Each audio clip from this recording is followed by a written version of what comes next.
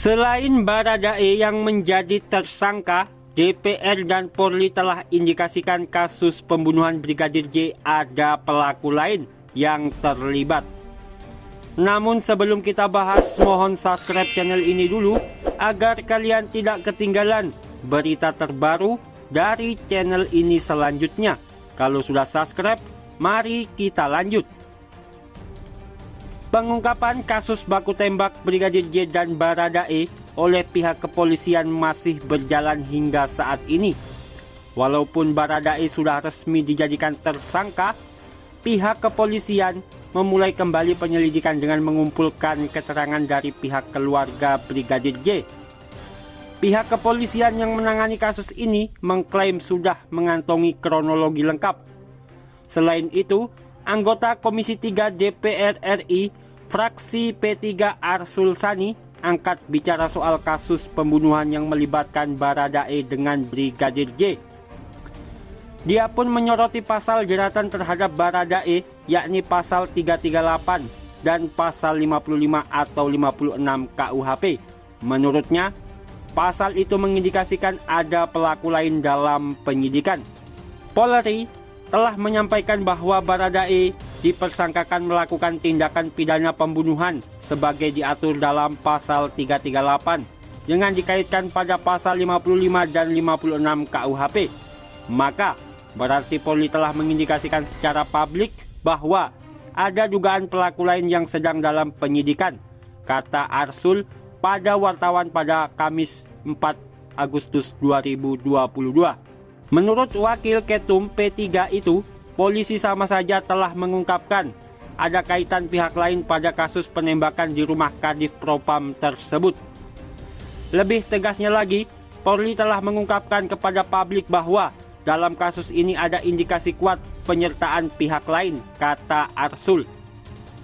Oleh karena itu, Arsul meminta Polri bisa segera menuntaskan kasus tersebut dan mengungkapkan serta menindak semua pihak yang mempunyai peran dalam kasus pembunuhan ini. Mewakili harapan publik dan selaku anggota Komisi Hukum DPR, saya meminta Polri agar menuntaskan kasus ini dalam waktu yang tidak lama. Siapapun yang terlibat harus diproses secara hukum yang berlaku, kata Arsul menambahkan. Meski demikian, Arsul meminta publik untuk tetap bersabar dan tak berprasangka atau berasumsi liar terkait kasus pembunuhan Brigadir J. Namun, juga jangan memberi ruang untuk berkembangnya isu atau prasangka tidak berdasarkan bukti terhadap siapapun yang ada dalam lingkaran kasus ini, tutupnya. Diketahui juga, Bareskrim Polri juga telah menetapkan Baradae sebagai tersangka pembunuhan Brigadir J.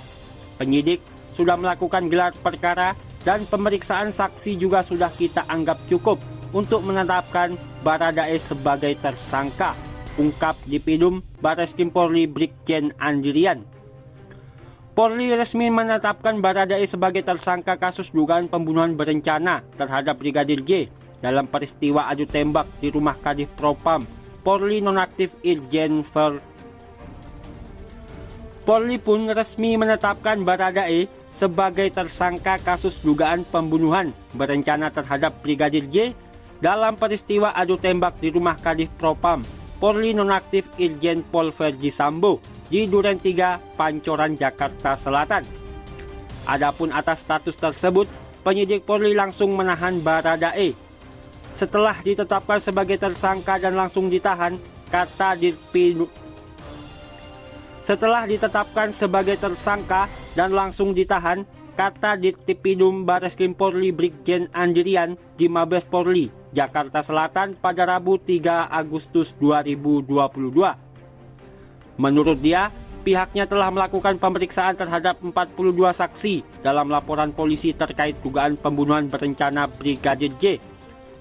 Dia pun memastikan penyidikan tidak akan berhenti di penetapan tersangka saja, karena masih ada beberapa saksi lagi, kata Brigjen Andrian. Baradae